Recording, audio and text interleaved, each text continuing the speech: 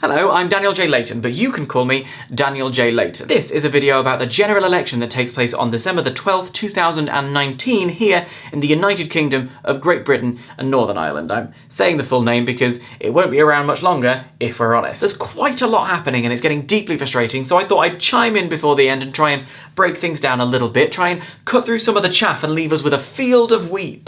Teresa, don't get any ideas! That's satire. Dated satire, but I'm going to do my best to give you an answer for any time you've turned on the TV or picked up the paper and gone, sorry, what? So indeed, welcome to Sorry What. Well,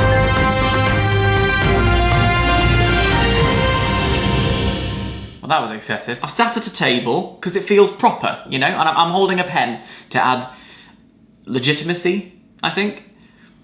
So why are we having this election in the first place? To answer that, we need a brief history lesson, so strap in and let's remind ourselves how the House of Commons works. There are currently 650 seats in the House of Commons, each representing a constituency in the UK. We elect people to sit in those seats and to argue and vote on our behalf on the issues of the day. In order to pass bills and generally keep the country moving, the government needs to have the majority of votes in the House of Commons in its favour, and the best way to do that is to win over half the seats in the House in an election. Just 50% plus one, in this case 326 seats. That's just basic maths.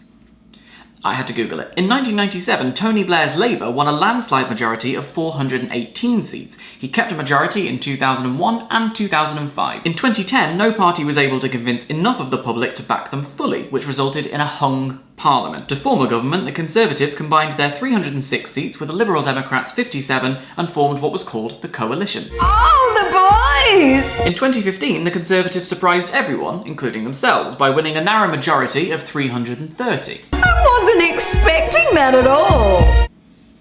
And then it all went tits up. In his 2015 manifesto, in order to simmer down some of the rumblings within his own party, Prime Minister David Cameron promised to hold a public referendum on whether the UK should continue its membership of the European Union. He hoped that by promising the referendum, the Eurosceptics among his ranks would be more energised and committed to the Tory cause, and that he could secure public votes he feared otherwise might slide towards the further right UK Independence Party, led by human toad Nigel Farage. After winning his majority, the referendum was set for the summer of 2016, and an issue of highly complex and nuanced bureaucracy involving questions about nationalism, trade partnerships, immigration, workers' rights, settlement rights, medicinal availability, all of that was taken out of the hands of experts and instead placed into the hands of a public who know less about the European Union than any other nation in Europe and who also regularly vote Pepsi Max as better than Coke.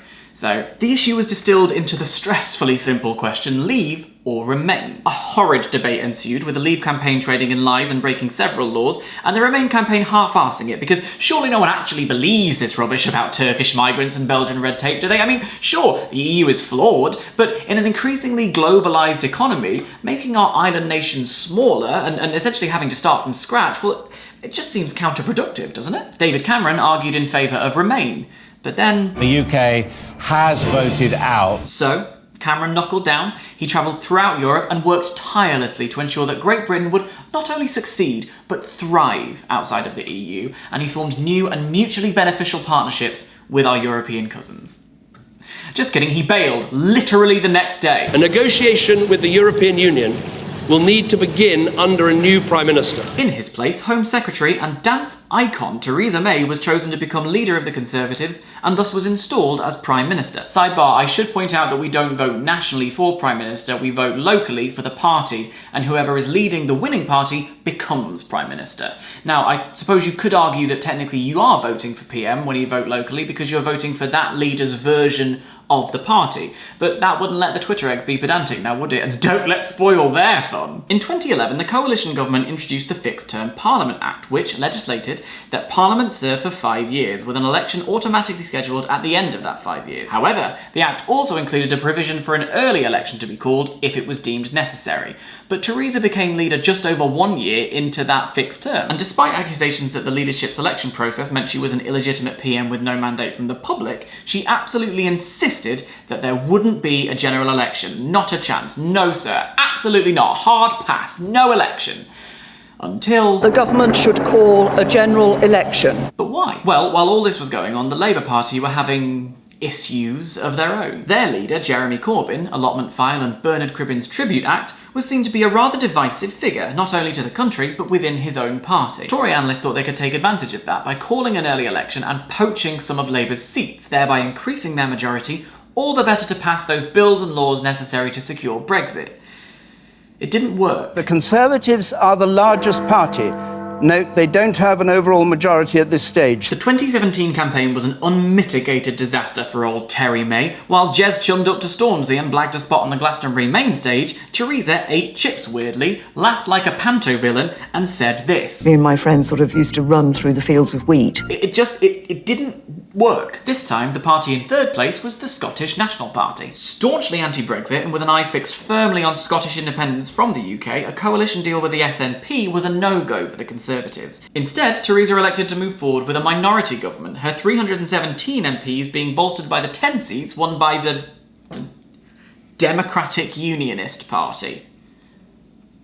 Yes, a ragtag bunch of Northern Irish Unionists agreed to a confidence and supply deal to vote alongside the Tories, a move which surprised many pundits and members of the public who had largely forgotten Northern Ireland was a thing. This also didn't work. Colour me shocked. After 2 years of desperately trying to convince the public that she had a grip on things, no really, she was in full control, no honestly, everything's fine, she threw in the towel and resigned with a brilliantly camp flourish. To serve the country I love. So, for the second time in 3 years, the 191,000 members of the Conservative Party got to pick the Prime Minister for the other 67,354,757 of us. And that's how we ended up with Boris Johnson as Prime Minister, because democracy has a sense of humour. Johnson has renegotiated Theresa May's Brexit deal, which I can only assume means crossing out Theresa May and writing Boris in burnt sienna crayon. But unfortunately for him, and in something that should probably give you no real concerns about the state of the party, a large number of Conservative MPs defected to the Liberal Democrats because they were so outraged at the idea of Boris Johnson being Prime Minister. Then Boris packed a sad and expelled a bunch of long-standing Tories, including Winston Churchill's actual grandson, significantly depleting his number of seats and, most crucially, his number of votes. Meanwhile, the rancour in the Labour Party was festering. 7 MPs defected from Labour, citing a range of issues, most prominently a failure by the leadership to properly address the chronic anti-Semitism and misogyny that had infected the party. They were soon joined by 3 former Tory MPs and formed their own party, initially calling themselves the Independent Group. Then they became Change UK, and now they're called the Independent Group for Change. They've had more makeovers in 6 months than Madonna's managed in 20 years. Things were going so well for them that a bunch of their members decided to join the Lib Dems instead, or just resign from Parliament altogether. All this faff means that the House of Commons now kind of looks like the Mean Girls cafeteria scene, except on Wednesdays they wear TM Lewin suits. Which leads us to the Prime Minister's latest gamble. With Parliament in stalemate, Boris has called this election in the hopes that he can use the public's frustration to pick off some of the defectors, split Labour further, and ultimately win himself a new majority, therefore being able to call the shots relatively unopposed. Are you still with me? Well done, you've earned a small rest. Go and have a lie down. I've got some orange segments in the fridge. Back in a tick.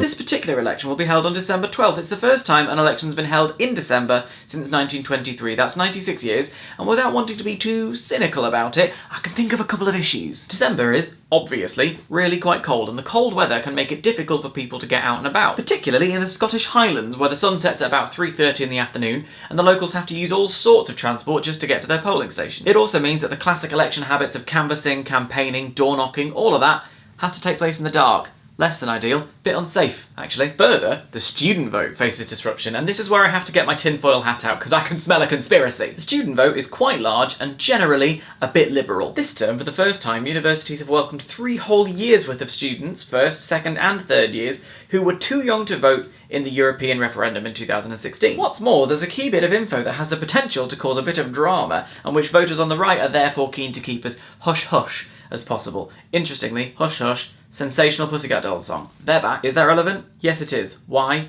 Because they're the Pussycat Dolls. That info, dear student friends, is that you have the right to be registered to vote at your university address and your home address. To be clear, you can only vote in one of those locations. More than one vote is illegal. We don't want that. But you do have the right to be on 2 separate electoral rolls and decide in which constituency you want to place your vote. Depending on the two constituencies that apply to you, this has potentially huge implications for the power of your individual vote. Should we do a case study? Oh, let's say you go to the University of Warwick, but you live in East Sheen. Well, if you're registered in both, you can choose to vote either in the Coventry South constituency or the Richmond Park constituency. How do you make that decision? Well, that depends on what you want your vote to do. You're a student, so I'm going to generalise here and assume you want to block the Tories from claiming a seat. Well, the Coventry South constituency has been a Labour hold since it was formed in 1992. However, the Richmond Park constituency is what's known as a marginal seat. It's hotly contested, and the Tories currently hold it by a majority of just 45 votes. So you might consider placing your vote at home in Richmond Park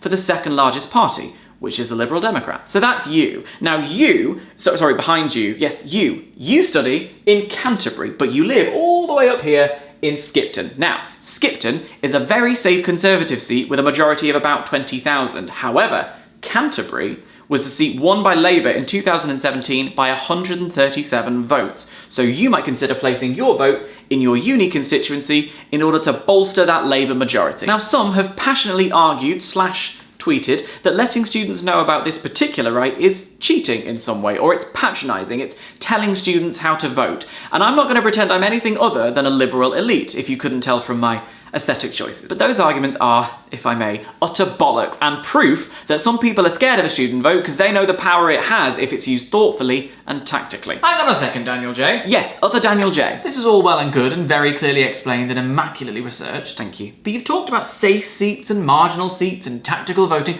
Shouldn't we vote for whoever we want? How does the voting system actually work? I was literally about to get onto that. Jesus wept. Calm your tits. Right, strap in, this is a doozy. Britain uses the first past the post electoral system, which basically means we all get one single vote, and whoever gets the most votes in their constituency is declared the winner. When you go into the polling station, you're given a slip of paper with a list of all the candidates and the party they represent. You walk into a booth, have a think, and you put an X in the box for the person you'd like to vote for. Then you fold it up and pop it in a big black ballot box. Big black ballot box.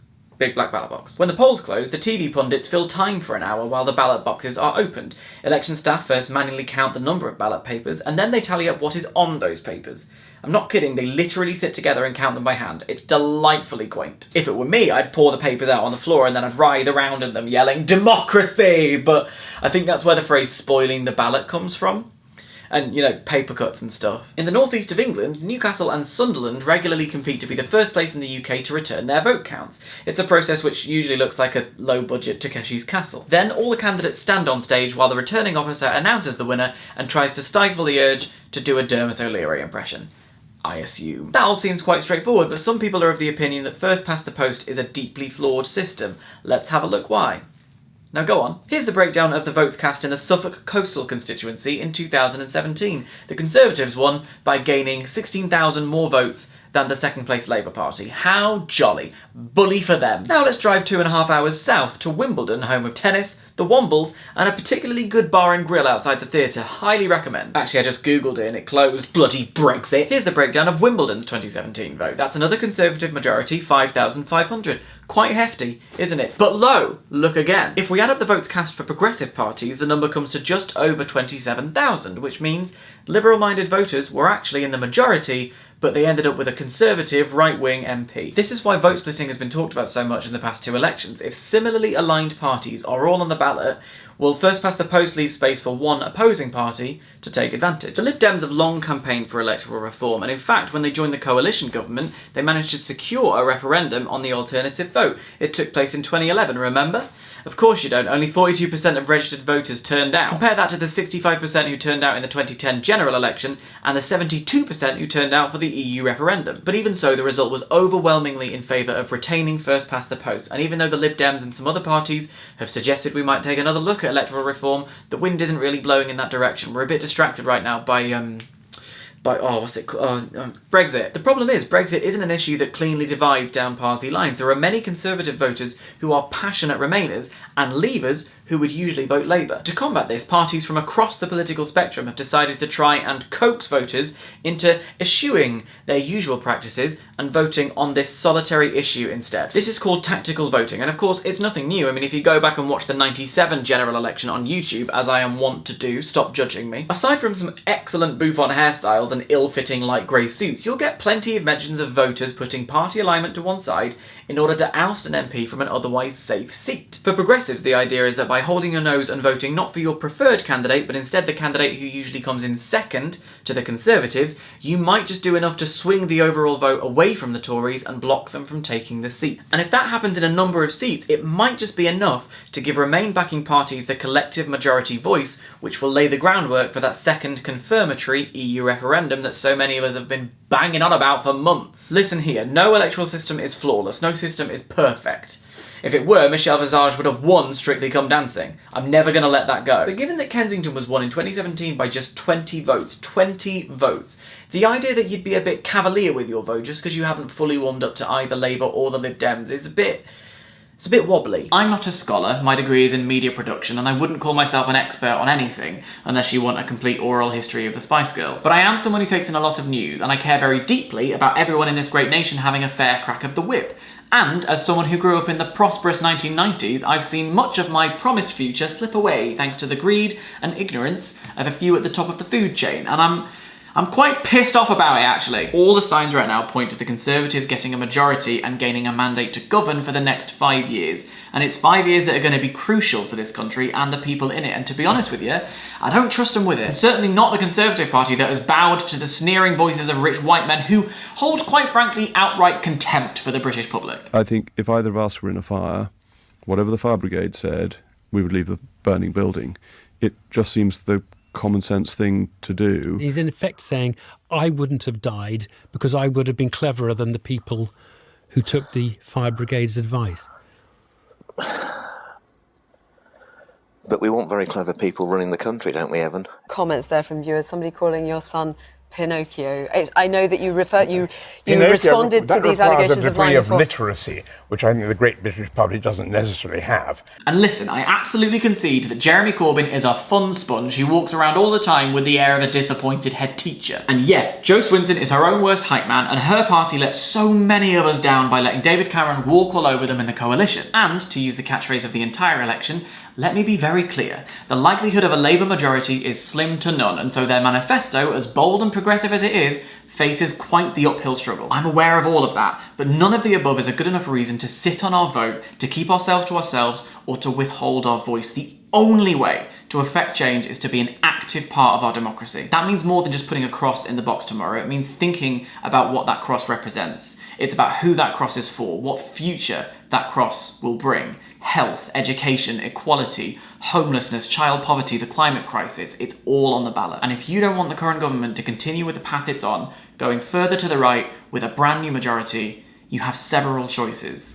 But none of those choices are staying home. It's okay to not be 100% sure who to vote for, to feel confused, stressed. You are well within the majority. I'll leave links in the description to websites about tactical voting, manifestos, and there's a tool that you can check and see which party you're most aligned to. It's like Pottermore, but without the magic, which I know isn't a selling point. When you use your vote, it's important to remember that once Brexit is decided, whether that's by leaving on January 31st or by remaining after a second referendum in 2020, that government will continue to be in charge. We're talking about the next 5 years, which, like I say, are crucial for our country and our place in the world. Thanks for listening. Have fun. It is fun, I promise.